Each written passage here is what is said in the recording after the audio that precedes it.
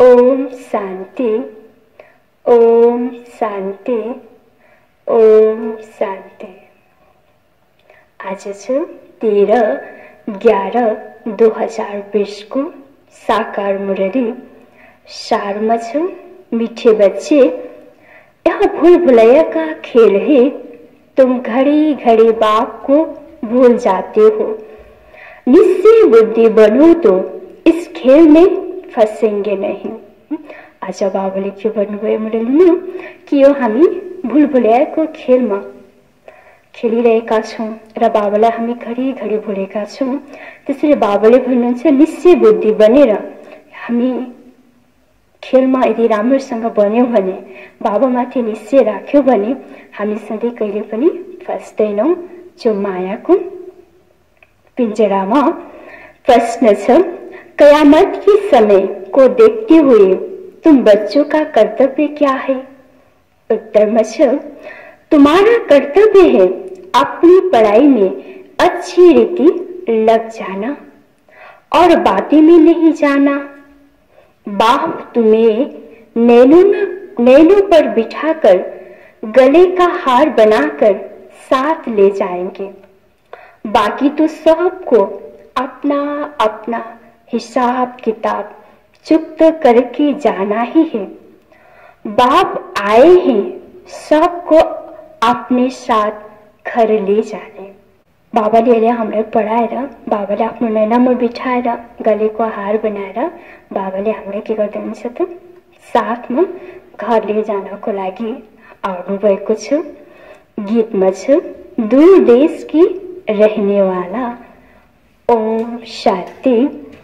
रूहानी बाप रूहानी बच्चों को बैठ समझाते हैं। खास भारत खास और दुनिया आम सब विश्व में शांति चाहते हैं।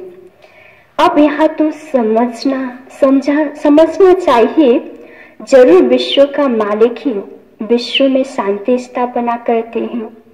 गॉड फादर को ही पुकारना चाहिए कि आकर विश्व में पुकारना चाहिए कि आकर विश्व में शांति फैलाओ। किसको पुकारे वो भी बेचारों को पता ही नहीं है। सारे विश्व की बात है ना, सारे विश्व में शांति चाहते हैं। अब इस दुनिया में तो ढेर के ढेर मनुष्य हैं, अनेक धर्म हैं। कहते हैं एक धर्म हो जाए तो शांति हो। सब धर्म मिलाकर एक तो हो नहीं सकती। त्रिमूर्ति की महिमा भी है। त्रिमूर्ति की चित्र बहुत रखते हैं। इस भारत में ही 5000 वर्ष पहले जब इनका राज्य था तो जरूर बाकी सब जीव आत्माएं जीव को छोड़ अपने घर गई होगी। अब चाहते हैं एक धर्म, एक राज्य, एक भाषा। अब तुम बच्चे जानते हो, बाप शांति सुख संपत्ति की स्थापना कर रहे हैं।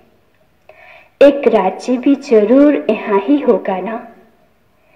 एक राज्य की स्थापना हो रही है, यहाँ कोई नई बात नहीं। अनेक बार एक राज्य स्थापना हुआ है, फिर अनेक धर्म की वृद्धि होती होती झाड़ बड़ा हो जाता है। फिर बाप को आना पड़ता है। आत्मा ही सुनती है, पढ़ती है। आत्मा में ही संस्कार है।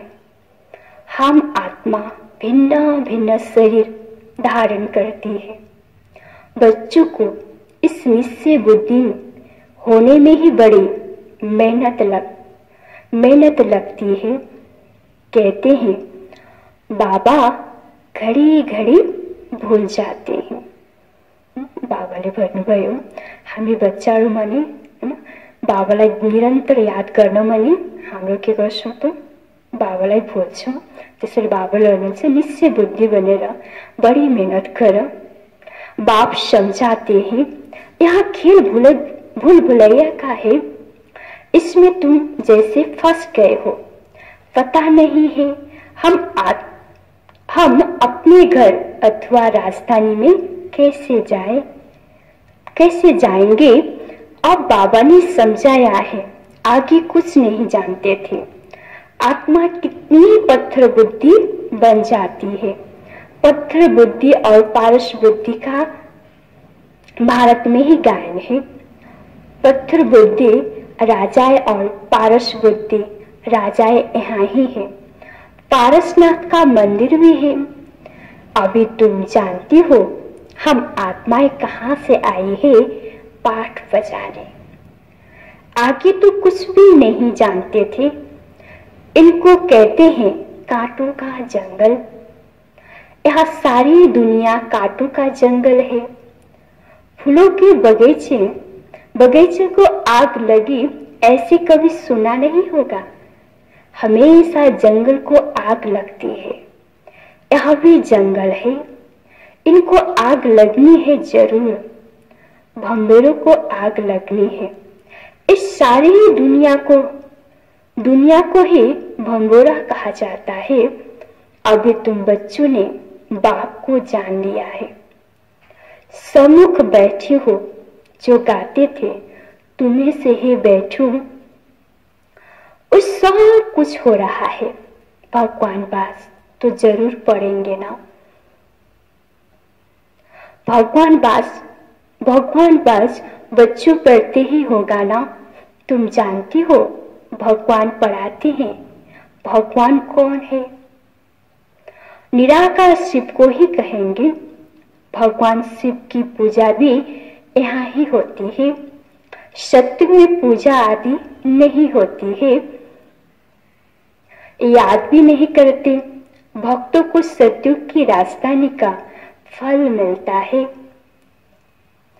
तुम समझते हो हमने सबसे जस्ती भक्ति की है, इसलिए हमें पहले बाप के पास आए हैं। फिर हम ही राजधानी में आएंगे। तो बच्चों को पूरा पुरुषार्थ करना चाहिए नई दुनिया में उच्च पद पाने। बच्चों की दिल होती है। अब हम जल्दी नए घर में जाएं। शुरू में ही नया घर होगा, फिर पुराना होता जाएगा। घर में बच्चों की वृद्धि होती जाएगी।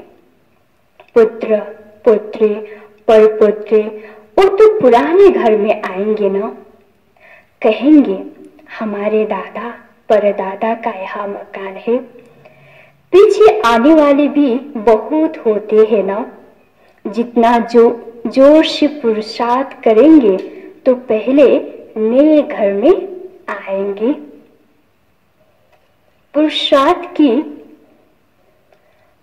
पुरुषार्थ की युक्ति बाप बहुत सहज समझाते हैं। भक्ति में भी पुरुषार्थ करते हैं ना। बहुत भक्ति करने वाला का नाम बाला होता है। कई भक्तों के स्टैम्प भी निकालते हैं। ज्ञान की माला का तो कोई को पता ही नहीं है। पहले ज्ञान पीछे है भक्ति। यह तुम बच्चों की बुद्धि में है। आधा समय है ज्ञान सतयुग त्रेता। अभी तुम बच्चे नॉलेजफुल बनते ही जाते हो। टीचर सदैव फुल नॉलेज वाले होते हैं। स्टूडेंट में नंबरवार मार्क्स उठाते हैं। यहाँ है बेहद का टीचर। तुम हो बेहद के स्टूडेंट। स्टूडेंट तो नंबरवार ही पास होंगे, जैसे कल्प पहले हुए हैं। बाप समझाते हैं तुमने ही 84 जन्म लिया है। 84 जन्मों में 84 टीचर होते हैं। पुनः जन्म तो जरूर लेना ही है। पहले जरूर सत्व प्रधान दुनिया होती है, फिर पुरानी तमो प्रधान दुनिया होती है। मनुष्य भी तमो प्रधान होंगे ना। झाड़ भी पहले नया सत्व प्रधान होता है। नए पत्ते बहुत अच्छे अच्छे होते हैं। यहाँ है बेहद का झाड़। ढेर धर्म है, तुम्हारी बुद्धि अब बेहद तरफ जाएगी। कितना बड़ा झाड़ है। पहले पहले आदि सनातन देवी देवता धर्म ही होगा, फिर वैरायटी धर्म आएगी। तुमने ही 84 वैरायटी जन्म लिया है। वो है अविनाशी है। तुम जानते हो, कल्प कल्प 84 का चक्र हम ही फिरते रहते हैं। 84 के चक्र में हम ही आते हैं। 84 लाख जन्म कोई मनुष्य की आत्मा नहीं लेती है। वो तो है वैरायटी जानवर आदि ढेर है, उनकी कोई गिनती भी नहीं कर सकते। मनुष्य की आत्मा ने 84 जन्म लिया है। तो यहाँ पाठ बजाते बजाते एकदम जैसे टायर्ड हो गए हैं, दुखी बन गए हैं। सीढ़ी उतरते सत्य प्रदान से तम प्रदान बन गए हैं। बाप फिर से तम प्रदान से सत्य प्रदान बनाते हैं। बाबा कहते हैं, मैं तम प्रदान शरीर तम प्रदान दुनिया में आया हूँ। अब सारी दुनिया तम प्रदान है। मनुष्य तो ऐसे कह देते हैं, सारे विश्व में शांति कैसे हो। समझते नहीं कि विश्व में शांति कब थी। बाबा कहते हैं, तुम्हारे घर में तो चित्र रखे हैं ना, इनका राज्य था तो सारे विश्व में शांति थी। उनको स्वर्ग कहा जाता है। नई दुनिया को हेवन गोल्डन एज कहा जाता है। अभी यह पुरानी दुनिया बदलनी है और राजधानी स्थापना हो रही है। विश्व में राज्य तो इनका ही था। लक्ष्मी नारायण के मंदिर में बहुत मनुष्य जाते हैं। यह थोड़ी ही किसी की बुद्धि में है कि यही भारत की मालिक थी। इनके राज्य में जरूर सुख शांति थी। 5000 वर्ष की बात है जब इनका राज्य था। आधा कल्प के बाद पुरानी दुनिया कहा जाता है, इसलिए धंधे वाले स्वस्तिक रखते हैं चौपड़े में।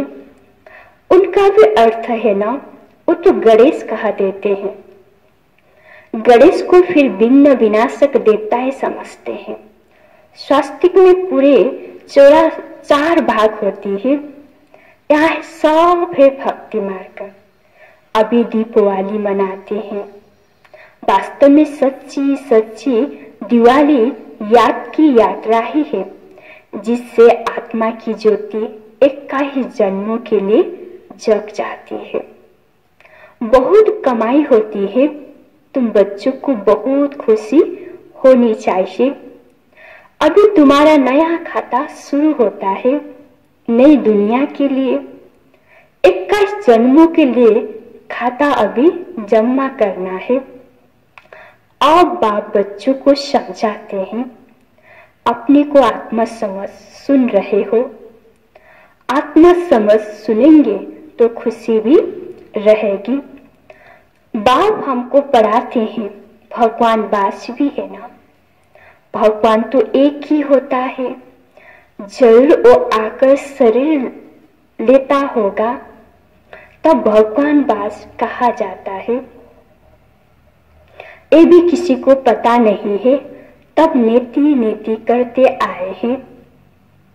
जरूर वो आकर शरीर लेता होगा, तब भगवान बास कहा जाता है। ये भी किसी को पता नहीं है, तब नीति नीति करते आए हैं। कहते भी है ना, कहते भी है वो परम पिता परमात्मा है, फिर कहा देते हैं हम नहीं जानते। कहते भी है शिव बाबा, ब्रह्मा को भी बाप कहते हैं, विष्णु को भी कभी बाबा नहीं कहेंगे। परशा पिता तो बाबा ठहराना। तुम हो बीके, परशा पिता नाम न होने से समझते नहीं है। इतने ढेर बीके हैं तो जरूर परशा पिता ही होगा, इसलिए परशा पिता अक्षर जरूर डालो तो समझेंगे प्रजापिता तो हमारा ही बाप ठहरा। नई सृष्टि जरूर प्रजापिता द्वारा ही रची जाती है। हम आत्माएं भाई भाई हैं, फिर शरीर धारण कर भाई बहन हो जाते। बाप के बच्चे तो अविनाशी है, फिर साकार में बहन भाई चाहिए, तो नाम है प्रजापिता ब्रह्मा। परंतु ब्रह्मा को कोई हम याद नहीं करते, याद लौकिक को करते और पालौकिक को करते हैं। प्रजापिता ब्रह्मा को कोई याद नहीं करते, दुख में बाप का सिमरन करते हैं, ब्रह्मा का नहीं। कहेंगे हे भगवान, हे ब्रह्मा नहीं कहेंगे। सुख में तो किसी को याद नहीं करते हैं, वहां सुख ही सुख है, यहाँ भी किसी को पता नहीं है। तुम जानती हो इस समय 3 बाप भक्ति मार्ग में लौकिक और पालौकिक बाप को याद करते हैं। सतयुग में सिर्फ लौकिक को याद करते हैं, संगम पर तीनों को याद करते हैं। लौकिक भी है, परंतु जानती है वो है हद का बाप, उनसे हद का वर्षा मिलता है। अभी हमको बेहद का बाप मिला है, जिससे बेहद का वर्षा मिलता है। यह समझ की बात है। अब बेहद का बाप आए हैं ब्रह्मा के तन में, हम बच्चों को बेहद का सुख देने, उनका बनने से हम बेहद का वर्षा पाते हैं। यह जैसे दादी का वर्षा मिलता है ब्रह्मा द्वारा, वो कहते हैं वर्षा तुमको मैं देता हूँ, पढ़ाता मैं हूँ, ज्ञान मेरे पास है, बाकी ना मनुष्य में ज्ञान है ना देवताओं में। ज्ञान है मेरे में जो मैं तुम बच्चों को देता हूँ। यह है रूहानी ज्ञान। तुम जानती हो रूहानी बाप द्वारा हमको यह पद मिलता है। ऐसे ऐसे विचार सागर मंथन करना चाहिए। तुम जानती हो रूहानी बाप द्वारा हमको यह पद मिलता है। ऐसे ऐसे विचार सागर मंथन करना चाहिए। गायन है मन की जीती जीत, मन से हारे हार। वास्तव में कहना चाहिए माया पर जीत, क्योंकि मन को तो जीता नहीं जाता।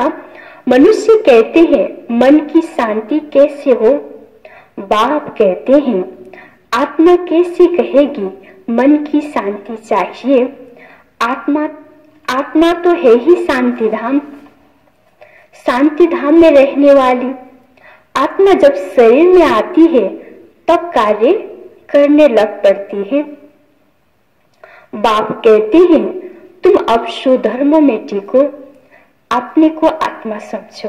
बाबाले के भन्नु हामी सबैलाई आफ्नो स्वधर्ममा टिकेर आफूलाई आत्मा सम्झेर बाबालाई याद करने। आत्मा का स्वधर्म है शांत, बाकी शांति कहाँ से ढूंढेंगी। ईश्वर रानी का भी दृष्टता है हार का। सन्यासी दृष्टता देते हैं और फिर खुद जंगल में जाकर शांति ढूंढते हैं।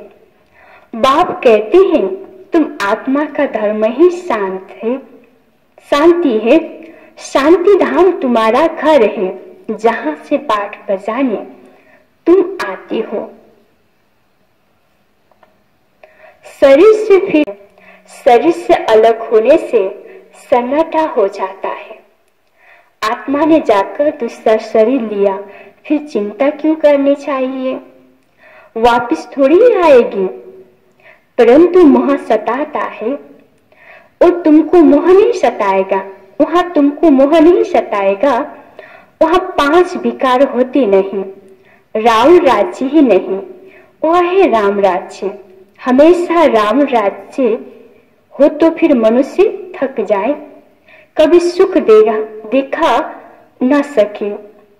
अभी तुम आस्तिक बने हो और त्रिकालदर्शी भी बने हो। मनुष्य बाप को नहीं जानते, इसलिए नास्तिक कहा जाता है। अभी तुम बच्चे जानती हो यह शास्त्र आदि जो पास्ट हो चुकी है, यह सब है भक्ति मार्ग। अभी तुम हो ज्ञान मार्ग में। बाप तुम बच्चों को कितना प्यार से नैनों पर बिठाकर ले जाते हैं। गले का हार बनाए सबको ले जाता हूँ। पुकारते भी है सब है जो काम चिता पर बैठ काले हो गए हैं। उनको ज्ञान चिता पर बिठाए हिसाब किताब चुप्त कराए वापिस ले जाते हैं। अब तुम्हारा काम है पढ़ने से और बातों में क्यों जाना चाहिए, कैसे मरेंगे, क्या होगा, इन बातों में हम क्यों जाएं। यह तो कयामत का समय है। सब हिसाब किताब चुप्त कर वापिस चले जाएंगे। यह बेहद के ड्रामा का राज तुम बच्चों की बुद्धि में है और कोई नहीं जानते। बच्चे जानते हैं हम बाप के पास कल्प कल्प आते हैं बेहद का वर्षा लेने। हम जीव की आत्माएं हैं। बाबा ने भी देह में आकर प्रवेश किया है। बाबा कहते हैं मैं साधारण तन में आता हूँ। इनको भी मैं बैठ समझाता हूँ कि तुम अपने को जन्मों को नहीं जानते हो और कोई ऐसे कह न सके कि बच्चों देही अभिमानी बनो, बाप को याद करो। अच्छा मीठी मीठी सिकी लदे बच्चों प्रति माता पिता बाप दादा का याद प्यार और गुड मॉर्निंग। रूहानी बाप की रूहानी बच्चों को नमस्ते। रूहानी बच्चों के रूहानी बाप दादा को याद प्यार और गुड मॉर्निंग नमस्ते नमस्ते। धारणा को लागी मुख्य सार पहलू पंच। याद की यात्रा में रहकर सच्ची सच्ची दीपावली रोज मनानी है। अपना नया खाता 21 जन्मों के लिए जमा करना है। बाबा लेके बोलो याद की यात्रा में रहेगा हामीले सच्चा सच्चा दीपावली रोज मनाउनु छ र 21 जन्मको लागि हामीलाई खाता जम्मा गर्नु छ बाबाको यादमा। दोस्रो पर्छ ड्रामा के राज को बुद्धि में रख, पढ़ाई के सिवाय और किसी भी बात में नहीं जाना है। सब हिसाब किताब चुप्त करनी है। बाबाले भन्नुभयो कयामतको समय छ, को कसरी मर्ने के गर्ने तो बाबा तो ख्यालमा जाँदै नजाऊ, सिर्फ मलाई याद गर र आफ्नो हिसाब किताब चुप्त गर र फाल्तुको बाटोमा नजाऊ बाबाले भन्नुभएको छ। वरदान छ लगन के अग्नि द्वारा एक दीप से अनेक दीप जगाने वाले सच्चे सेवाधारी भव। जैसे दीपावली पर एक दीप से अनेक दीप जगाते, दीप माला मनाते हैं, दीपक में अग्नि होती है, ऐसे आप दीपकों में लगन की अग्नि है। अगर एक एक दीपक की एक दीपक के साथ लगन लग गई तो यही सच्ची दीपमाला है। तो देखना है कि हम दीपक के लगन लगाकर अग्नि रूप बनने वाले, अपनी रोशनी से अज्ञानता का अंधकार मिटाने वाले ही सच्चे सेवाधारी हैं। स्लोगन में से एक बल एक भरोसा, इस पाठ को सदा पक्का रखो तो बीच भंबोरे से सहज निकल जाएंगे। एक बल एक भरोसा, इस पाठ को सदा पक्का रखो तो बीच भंबोर से सहज निकल जाएंगे। आज बाबाले सारमा भन्नुभएको थियो, मीठे बच्चे यह भूल भुलैया का खेल है। तुम घड़ी घड़ी बाप को भूल जाते हो। निश्चय बुद्धि बनो तो इस खेल में फंसेंगे नहीं। प्रश्न से कयामत के समय देखते हुए तुम बच्चों का कर्तव्य क्या है? उत्तर तुम्हारा कर्तव्य है अपनी पढ़ाई में अच्छी रीति लग जाना और बातों में नहीं जाना है। बाप तुम्हें नैनों पर बिठाकर गले का हार बनाकर साथ ले जाएंगे। बाकी तो सबको अपना अपना हिसाब किताब चुकत करके जाना ही है। बाप आए हैं सबको अपने साथ घर ले जाने। ओम शांति।